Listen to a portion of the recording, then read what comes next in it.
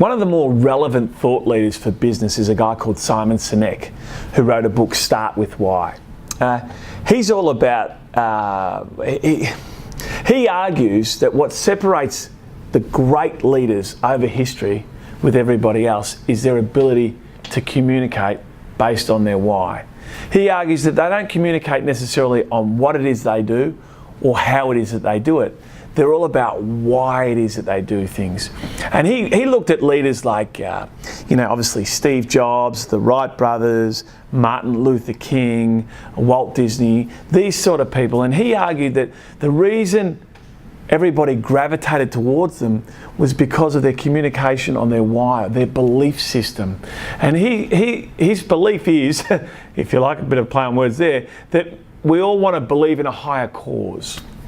And he tells a story about Walt Disney and how the environment that is Disneyland. And those of us, everyone's heard of Disneyland, some of us have been there. And Disneyland has got this amazing environment where it's the happiest place on earth. And he tells a little narrative of a janitor, a cleaner, who starts his first day at work. He gets there, he meets his boss, her name's Julie, and Julie's really frantic, hasn't got enough time to take him through the mission statement, the core values, the operating manual, doesn't even have enough time to give him a uniform or a mop or anything. He said, Jason, it's your first day as a cleaner, what I need you to remember is our why. And at Disneyland, our why is all about make people happy. If you can get that right, the rest is sorted. Run off, have a happy day, I'll see you at lunchtime, I'll give you a uniform and the manual and all that sort of stuff.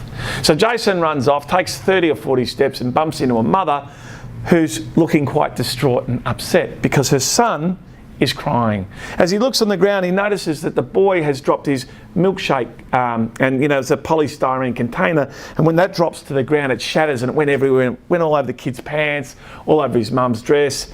The kid's upset, the mum's distraught. Jason gets up and says, hey, it's okay, I'm a cleaner. And they look at him a bit strange. Well, you're not dressed like a cleaner, you don't even have a uniform on. And he remembers, what is it that I do? We make people happy. So he bent over, picked up the polystyrene container, and what's left of it, he tipped it on his head. The little boy starts laughing, the mum sees her son happy, she's happy, they run off into the janitor's closet, or runs off to the cleaner's room, tidies himself up, and away they go.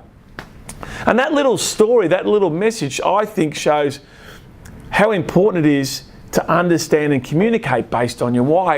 It's like how Martin Luther King, 50, 60 years ago, managed to get 300,000 people to the same place at the same time to hear his message that he has a dream. In a time where there was no Outlook, no Instagram, no Facebook, no calendar invite or anything, because people gravitated towards his why. Once we got that, we realised how important it is having a why at the practice. And our why are three little words. We're all about liberating people's lifestyles.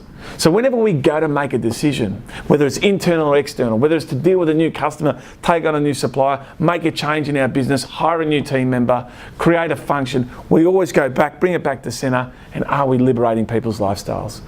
And whenever we make decisions that are completely in alignment with our why, we always get it right.